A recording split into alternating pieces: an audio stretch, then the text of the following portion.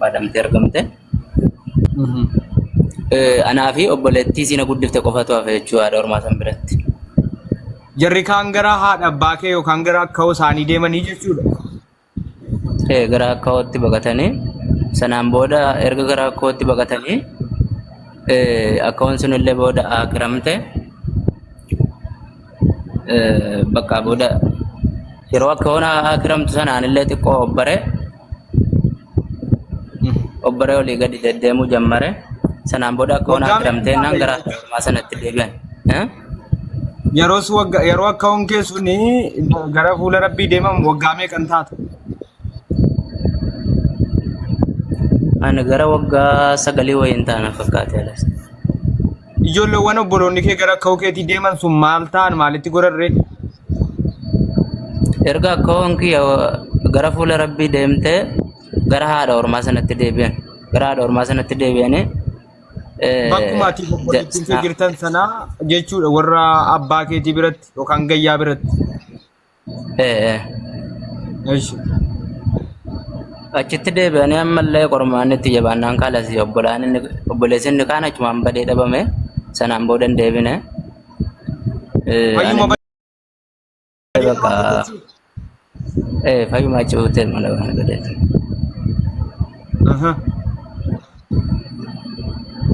Anillee achumaan inni isa biraa deeme obboleettiin kiyyallee sanaan booda qormaata waa hedduu bakka dadhabdee dhiiftee biraa heerumte siinillee. Obboleessa kiyya hangafa qofatu biratti hafe obboleessi kiyya hangafti biratti hafe kun gaa'ee haadha ormaadhuma kanatu akka hin taane isa goote jechuudha. Ennaa jettu fakkeenyaaf ati dhiiftee deemtee barreeffama kee keessatti obboleessi koo cinqii dadhabee of ajjeese jette. Haadha ormaa kanatu waan ta'e goote ofumaaf tarkaanfii ofirratti fudhate waa'ee ajjechaa sana du'a isaa keessatti. Wallahi tokkuma wanni kun waa dheeraa waa hedduu of keessaa qabaa garuu ani mataa irraan tuquu jira. Waa hedduu dubbachaa hin jiru jechuudha. Akka danda'u osoo kaaftee gaariidha. Nuti hundinuyyuu biraa baqannee biraa yaane obboleettiin kiyyas biraa heerumte sanaan booda obboleessa kiyya tokkicha guddaa kana biratu tokkicha guddaa qofatu biratti hafe.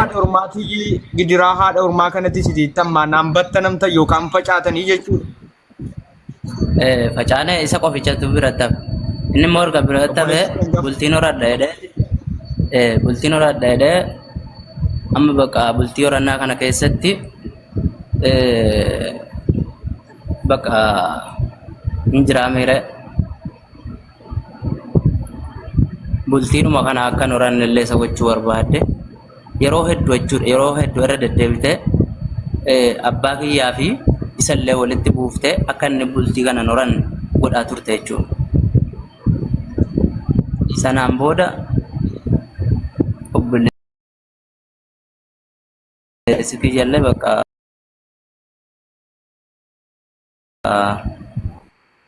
marraa meeqa jechuun marraa hedduudha yeroo tokko lamaa miti. Akkasitti dhiiseen illee bakka akka hin taaneef godhe deeme jechuudha.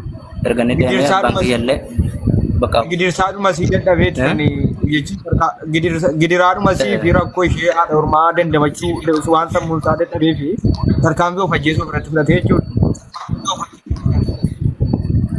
Wallahi sababiidhuma gidiraa kana hayyuu jechuudha dhaqee maraatee jechuudha maraateeyyuu hidhamee egalee maraateeyyuu hidhamee dawaan itti barbaadamee fayyee sanaan boodallee ammallee hoggaa bultii jaarrachuudha jedhee bultii hoggaa abbaan kiyya naan ijaarrachiisa jedhu ammallee inni waan dalagatu hunda waan hojjetatu hunda of duuban kaa'atu isiidhuma haadha ormaa sana itti galfata qabeenyi isaa hundi isiidhuma harka jira.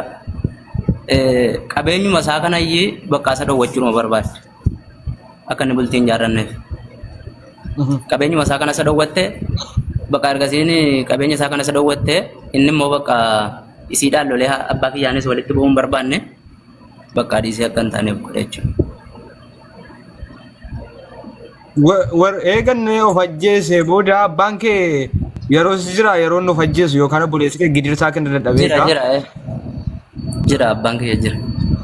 abbaan kiyya jira abbaan kiyya illee bakka sanaan booda innillee erga ilmi kiyya akkana ta'e anillee hin jiraadhu jedhe hin turre jechuudha ji'a lama inni wareegametti innillee duuka bu'e. Abbaa obboleessi kee ji'a lamman obboleessi kee du'etti abbaan keessi rifaatuudhumaa fi biraanaaf waan jedhee jechuun darbee jechuudha innis gara fuula rabbii. Yes. Kana booda maaltu ta'e rabbiin rahmataa godhuu rabbiin caffee jannataa keessaa haa kaa'u isinoo warra haftan maal taatan sana booda. Sanaan booda akkam taana gaate ani dhiiseetan biyyaa ba'e.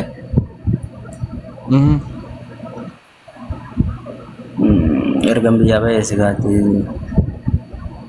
tureen jira ani sababiidhuma qormaataadha ormaa kana ofan jijjiira jechuu wanni hin dalagin hin jiru waan hin godhin hin qabu Jibuutii kanaa fi Soomalee kana keessatti. Meetu gara biyyaa ba'uttuun dhufini obboloonni kee kan lubbuun dhabame tokko moo akkamii kan fayyaa dhabame tokko fajjeese? Lama kan dhabame tokko as dhiyeenya tokko. Lama dhabamanii? Lama dhabamanii. Kunneen warruma gidiraa haadha ormaa kana dadhabee jechuudha. Yes. Eessa deemna jedhanii jechuun sotoo isaanii eegamanaa baane obboloota kee lamman kana badanii dhabaman bakka kana ga'aniiru fakkeenyaaf achi ga'aniiru as ga'aniiru waan jedhan waan quba qabdu qabda. Tokko Yaman ga'eera jechuu isa booda kana Yaman jira jechuu malee qubanga. Yaman ga'eera jechuu malee qubanga. Isa duraa qubanga. Aduraa achi buutee isaanuma sotoo isaallee waan dhageesse hin qabduu jechuudha.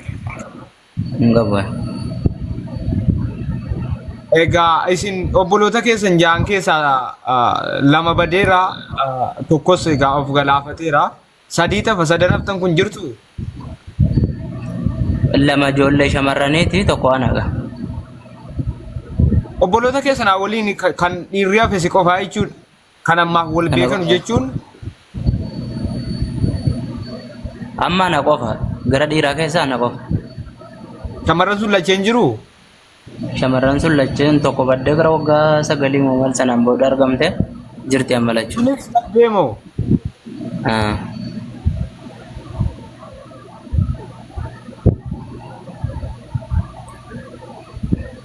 Obboleettiin kee isheen tokkoon haftee hoo jirtiire? Jirti lachuu amma bultii horattee jirti. Alhamdulillah. Haati kee lubbuun jirti? Jirti haati kee illee lubbuudhaan jirti. Rakkoowwan kana hunda akka keessummeessitanuuf kan sababa ta'e adda bahiinsa haadhaaf abbaa kee ganamaatii jechuudha wareegama kana kan kaffalchiise. Yes. Waa'ee jireenya keessan kanaa yoo itti himtu haadha keetti dubbattee beektaa jechuun eega isin adda baatanii kana keessummeessineetti wamma isin argaa jirtu kana waan ittiin dubbatte qabda haadha kee faana. Itti dubbadha gaa'ee bira yoo dhaqee sanaan booda barbaadeeti waggaa dheeraa barbaadaa ture fageenya walirraa xiqqoo fagoodha. Barbaadee dhaqee waa hundaayyuu akkasaa isiidhuma qoradheetiin adda baafadhe waa hundasaa. Yeroo tokko na dubbisaa bakka ni gayyaa kiyya yookaan haadha ormaa bira obboleettii koo waliin jirutti na dubbisaa dhufte fagoo irraa kaatee ati haadha kiyya miti jedheen boo'ee baqadhee jette mee wanti sun akkam ture? Ana obboleettiin kiyya bakka na wajjin hin cinqamtee gara waggaa 4 mamal na wajjin cinqamtee erga waggaa 4 ga'ee isiin bakka biraarraa jechuudha fageenya irraa kaatee jiraachuu dhabuu kiyya baruudha jettee na dubbisuu dhufteeti ollaa keenya dhufteeti warra ollaa keenyaa sanatti dubbatteeti itti maa fidduu nan dubbisaa lubbuudhaan jiraachuun laala jettee amma bakka sanaan booda obboleettii kiyyatti jirru ollaan sun himani amma obboleettiin kiyya na fuuteeti dhatte jechuu hoggaa siin nattu ani hin beeku. Ani haadha kiyyan si haadha obboleettiin moo kiyyaa kana haadha kiyyan beeku. Waan daa'ima sirraa dhiiftee deemteef jechuudha. Ani siin beeku ani haadha kiyyan si haadha obboleettiin moo kiyya kanaa haadha kiyyan si haadha siin beeku. Sanaan booda erga siin nageessite anillee irraa boo'ee baqadhe sanaan booda siinillee bakka boo'isseetuma sanaan booda dhiifte ofirra deebite jechuudha. Na dubbifteetuma giddumaan na qabdee na dubbifte deebite jechuudha. Ofirra deebite. Sana booda maaltu akka haadha kee taate si hubachiise ree? Sanaan booda anillee kalas obboleettii kiyya qorachuun jammare haadha keetii naan jetteen nan sanaan booda obboleettii kiyya qoradhe akkuma obbaraa deemuun isiinis waa hunda na barsiisaa deemte waa hunda natti himte bakka sanaan booda anillee isii qe'ee jirtu kana akka haadha ormaa taate bakka baruu jammare qormaata waa hedduu akka jiruuf anillee obbaraa deeme sanaan booda anillee dhiisee biraan deeme jechuudha. Isheen amma lubbuun jirti haa torbaa sun? Jirti. Abbaan kee ijoollee isheerraa qaba? Obboloota jechuudha waan obboloota si ta'an. Hedduu qaba. Dhiira moo shamara? Wallahi shamarranis dhiiras hedduu qaba irra. Waa'ee jireenya kee battanamuu keessanii kana quba qabu obboloonni sun? Quba qabane hin beekane. Eenu abbaa keetii irra jirti isheen moo akkam? Akkasii qe'uma haadha kiyyaa si dhuunfateef. Een haadha kiyyaa akka harka isheetti deebi'ee jechuudha.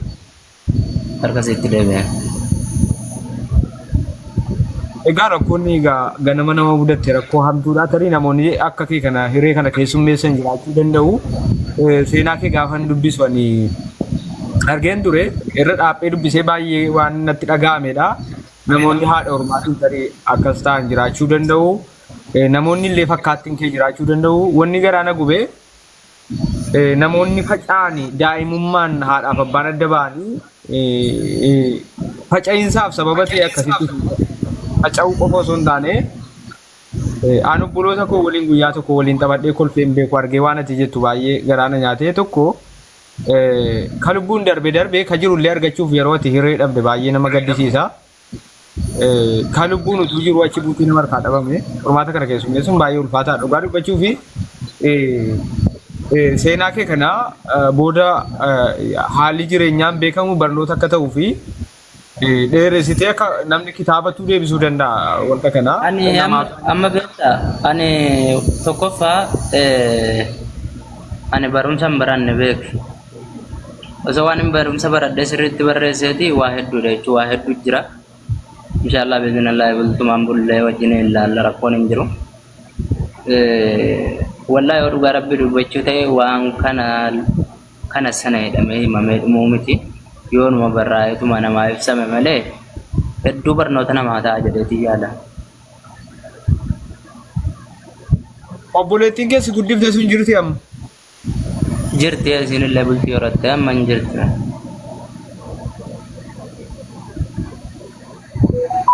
Tariitii obboleessi kee badee dhabame ijoollee taappi godhaati.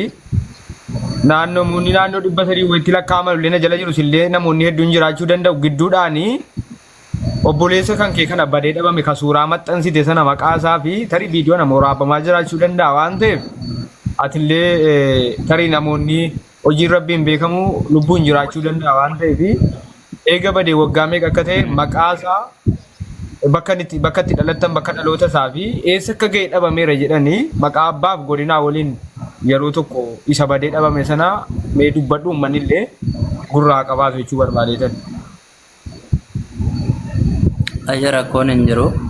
Egaa ani bakki itti dhaladhe dhaloonni kiyya godina Jimmaa aanaa Oomoo Beeyyamii. Aanaa Oomoo Beeyyam ganda yallaa Saasaachee jedhamtutti bakki itti dhaladhe. Achitti dhaladhe malee ganda haadhi kiyya jirtuttis dhaqee takka xiqqoo taa'ee achitti illee haadha kiyya illee gargaaraan ture. Walumaa galatti aanaa Oomoo Beeyyam jechuu barbaadeeti bakki jireenya kiyya. Obboleessa kee kana bakka jechuun akkuma kanatti obboleessi koo achii bade jettee akkati fagootu hin barbaade uummanni illee yoo argeef maqaa isaa guutuu fi bakka dhalootaa sana himtee. Isa duraanii moo isa ammaas dhiyeenya bade kana? Suuraa maxxansite kana. Lachuu himi rakkoo. Inni duraanii bara 2004 akka Itoophiyaa deeme achi ga'ee isaa quban qabu Itoophiyaa jiraatee biyya namaa jiraatee waan inni irraa quba qabu hin qabu. Inni maqaan isaa Haafis Abbaa Tamaam Hajii Abbaa Maccaa jedhama. Inni booda ammoo Yaman ga'e jedhanii Umar Abbaa Tamaam Hajii Abbaa Maccaa jedhama jechuudha. Suuraa ofeetan nan fida. Inni eega badee waggaa meeqa? Inni erga badee gara waggaa sadiitiif deemaa na fakkaata inni as dhiyeenyanne. Egaanis godina Jimmaa Aanaa Beeyyam jechuudha. Obboloota kiyya lachuu. Egaa ijoolleen naannoo Yaman, Suudi Arabiyaa, Jibuutii, Itoophiyaa biyyoota garaagaraa keessa jirtan obboloota isaa kana keessaa yoo argan Hasan Abbaa Tamaam Abbaa Maccaa obboleessa isaa barbaadaa jira waan ta'eef obboleessi keessi barbaada jechuun. Hasan Abbaa Tamaam Hajii Abbaa Maccaati. Hasan Abbaa Tamaam Hajii Abbaa Maccaa isin barbaada waan ta'eef obboloota kana jechuudha. Biyya jirtan keessaa bakka jirtan keessaa tarii wal argachuu dhabu guddina keessa fuula wal wallaaluu danda'a. Siigalee tarii ennaa jedhesi beekanaati xiqqaa ta'uu dandeessa waan ta'eef namni fuula keessa wal dhabu jijjiiramni fuulaa jiraachuu danda'a, jijjiiramni qaamaa jiraachuu danda'a, namni wal wallaaluu danda'a. Obboloonni kee immoo maquma kanaan si baranii waa'ee mudannoo harmee keetii kana waggaa umurii isaanii ennaa badan obbaraniiru jarri sun. Jarri kam? Inni dhiiraa sun obbaree badee miti jechuun. Yaa. Obboleewwan kiyya obbaraneetuma gaanatti xiqqaadha malee jara hundarra jarri gurguddaa jechuudha. Hangafa kiyya jarri. Okay. Ijoolleen kun inni maqaa waame kuni biyyuma fedha keessa yoo jiraatan yoo lubbuun jiraattanii eeboo obboleessa keessanii kana siris wara dhiibotaa jirtu waan ta'eef tarii isin bilbila biyya sanaa wallaaluu dandeessu waan ta'eef aan akka dhuunfaa kiyyaatti karaa kiyyaan yoo na dubbifta isaan wal isin qunnamsiisa namoonni beektan asanii illee argachuu dhabdan. Isas immoo akka dubbiftanuu fi karaa feesbuukii isaa Hasan Kasaaraa jedha, tiiktookii isaa kunoo Hasan Kasaaraa jedha. Egaa obboleessi keessan isin barbaada waan ta'eef namoonni nama maqaa waame biyya Yaman keessa Jibuutii, Suudi Arabiyaa bakka feetan yoo lubbuun jiraattan namoonni beektan ijoollee kana akka obboleessi barbaadaa jiru gurra buusaafin dhaamsa keenyaa jechuudha. Eega biyyaa baate yoo maal goote maaltu si mudate ay qoma koo ay humna koo tola lafatti badde gaafate jettu dargee kunis jireenya waa'ee Jibuutii kaafte nan beeka waa'ee Yaman nan beeka ay humna koo Ano waa hedduu kun egaa waa hedduu si gaafata tokkummaa waa hedduu na haasisuu deemta waa hedduu keessa na galchuu deemta.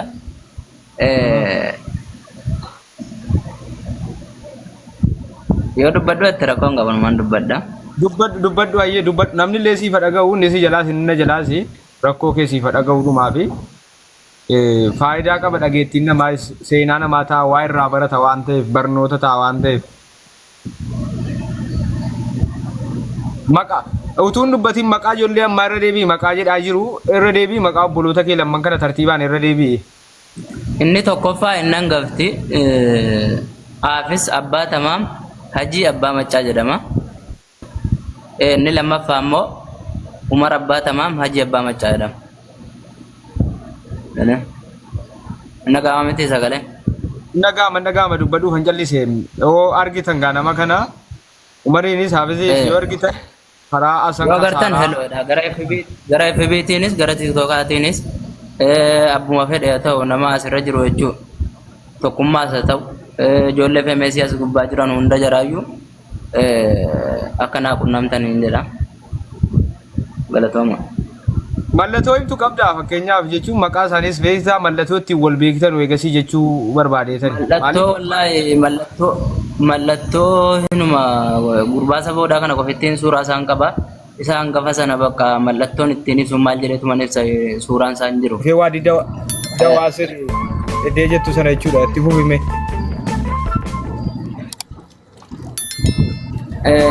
Lammaffaa asii poolisiin na qabanii waa dawaa sirrii na qabanii biyya bu'ee tan lammaffaa dhufe hin beekta gaati karaa kanaatillee dhuftee beekta erga Yemen irraa ka'ee ilaa hanga waadii dawaa siraas riyaad jechuun riyaad jalan dhufe lukaan deeme osoo hin jalatti dawwalu jechuun. Mee qoy asitti waan sirreessa qoy yeroo tokko qabaniiti biyya si buusa yeroo tokko deebitee sa dhufte ammas si qabanii. لا لما فاز النفن انقم لما فاز النفن انقمنا توكو فاز النفن انقبني بينا بوسني لما فاز النفن بقى ودلالا سنكفله هما كي يفيا مني ارغن سنه سودي الى رياض كان جلن نفن لوكان جچو اما نتدول دوهنا هند بقى جولني من جلا كاسو ددني چلجريت منيسه gara jajaamo maal jechuudha dalagaa malee akkuma kanaan waadii dawaasir cal jedhee taa'e waadii dawaasir kana taa'e tan sanaan booda ijoolleen hin jiran ijoolleen ollaa jechuudha akkamitti akkanas godhanii obbolaa miti isinii maarree jedhaniiti amma sanaan booda kotture yaannu bira jedhanii amma jara bira dhufe jara firoottan hin taane jechuudha alagaa bira dhufe amma achi dhufe achi dhufe amma achi riyaad kana xiqqoo suman dalagu dhiisee booda dalagaa irraa bahee suman taa'u amma jaraanis egaa xiqqoo waliin haasa'uu jammarre ijoolluma jara kanaanis jaruma duraan amma silkina jalaa kaasuu didan jaraanis amma xiqqoo waliin haasofne ijoolleenis egaa arrabsanii ijoolleen ollaanis akkamitti akka kana gootanii isa jedhanu bakka booda bakka yeellanii xiqquma xiqqoo suma naanaa isaanii amma booda dalagaan tokko jara bira argame na waamanii dhaqe jara bira. Jara bira argan naqee achasuma teenyuuti gurbaan inni tokko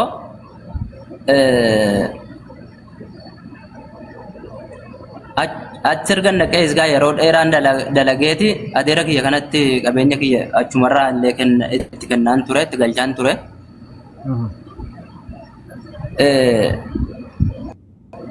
Sanaan booda erga jaarsi kun obboleessa abbaa kiyyaa jechuun silkiin irraa hidhatee amma gurbaasaa amma na bira jiru kanaan walitti dhufeenya godhanne amma isan duraan itti haarwaan dhiise bakka amma inni nangalaa jedhe biyya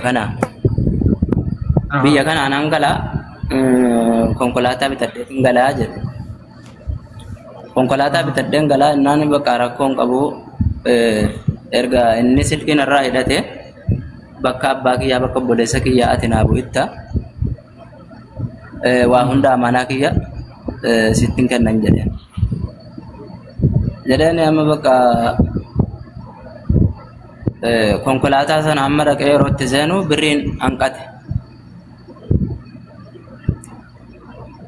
amma ani immoo birriin lafaa qaba amma birrii kana naa kennii jedhe na kadhatee amma bakka namarraa fudhatu dhabe guddinni kan kee guddina keeti ati obboleessa kiyya jedheetiin birrii amman harka jiru jechuu qabeenya kiyya fuudheetuman kenneefi konkolaataa sana bitate asiillee gaafa galu riyaadiin bahe meeshaa kana osoo bitatu meeshaa hanqateeti birrii ijoollee muqiimarraan qaba birrii kana nan fudhaa jedhe fudhu jedheeni gara riyaala 10,000 itti dhiyaatu fudhate akkuma galee nan sii deebisa naan jedhe sunillee asii gadi bu'ee silkii qixxim godheetu manarraa hidhate.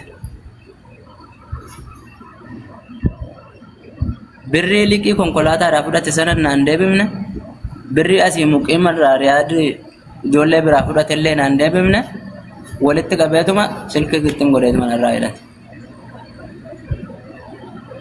Silkii qixxim godheerraa hidhatee bakka amma ani numa maraadhe jechuu baadiyyaa kana keessatti wallaahi mataan na garagalee maraadhe dalagaallee dadhabee jechuudha.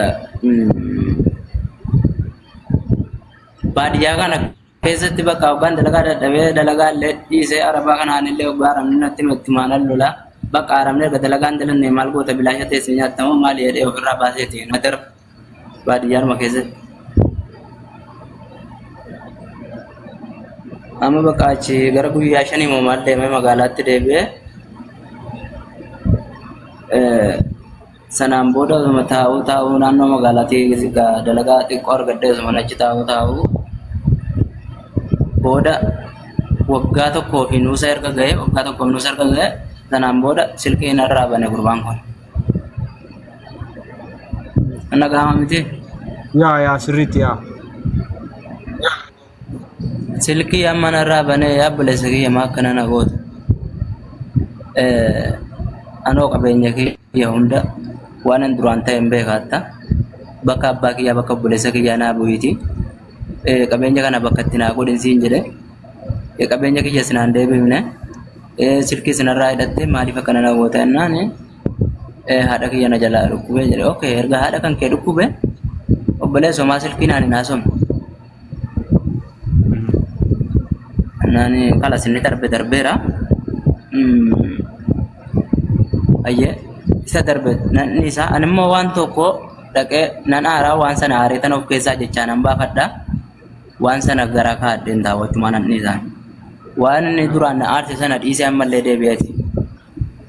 Dhiise inni duraan darbeera. Qabeenya sirra jiru suuta dalagaa deebisitta. Ammallee sittan ergaa waan gootu naa godhiiti waan gootu sana ilaaleetan waan itti duraan na aarsite sana dhiisan jedhee. Nageessaami. Iyyee hin dhaga'amu. Nagaamaa sirriitti Sirriitti. amma sanaan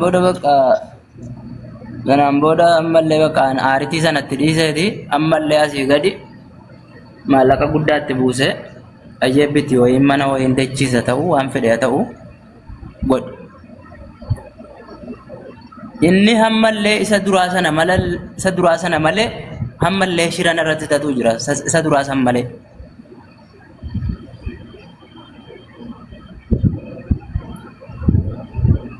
Amma birrii guddaa hoggaan itti buusee jedhu ammallee dhaqee jechuudha mana inni gurbaanni inni mana irraa bite sun nama hojii mootummaa keessa hojjetu jechuudha nama biiroo kana keessa hojjetu ijoollee